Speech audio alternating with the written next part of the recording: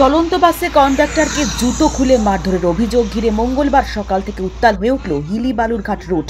ঘটনায় অভিযুক্ত মহিলার বিরুদ্ধে কড়া পদক্ষেপের দাবিতে বাস ও ট্রেকার পরিষেবা সম্পূর্ণভাবে বন্ধ করে দেন পরিবহন কর্মীরা।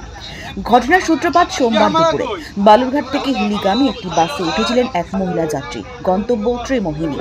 বাসটি তিওর এলাকায় পৌঁছতেই বাসের কন্ডাক্টরের সঙ্গে শুরু হয় বচসা। অভিযোগ, ওই মহিলার কন্যার কাছ থেকে স্টুডেন্টের ভাড়া থেকে 8 টাকা বেশি নেওয়া হয়েছে।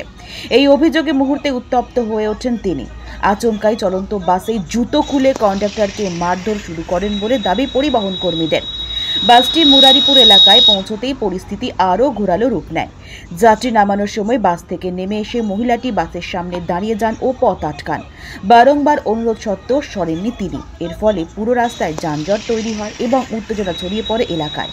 ঘটনার খবর পেয়ে হিলি থানার পুলিশ ঘটনাস্থলে পৌঁছয়। মঙ্গলবার সকাল থেকে ওই ঘটনার প্রতিবাদে হিলি বালুরঘাট রুটে সব বাস ও ট্রেকার বন্ধ করে রাখে পরিবহন কর্মীরা।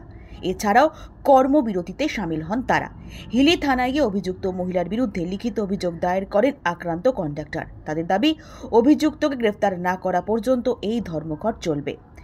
আবির রঞ্জন দাসের প্রতিবেদন। কেউ কিন্তু আসেননি।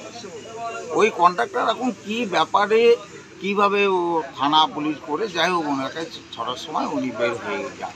তারপরে ডিসিশন নেওয়া হয়, তারপরে যে আজকে গাড়িটা বন্ধ থাকবে। তারপরে থানা থেকে বললো, আমাদের অভিযোগ জানাতে আসলাম। তারপরে কেস ডায়েরি করা হলো।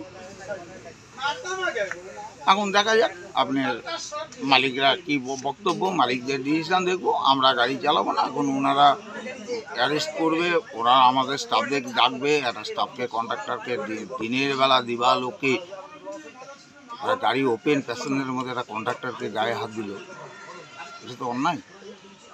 দোষ কন্ট্রাক্টরে থাকতে পারে, দোষ ওনারাও থাকতে পারে।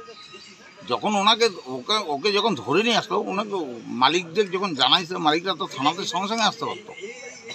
আমরা তো খাটতেছি মালিকদের জন্য, আমরা কিন্তু খাটতেছি মালিকদের জন্য।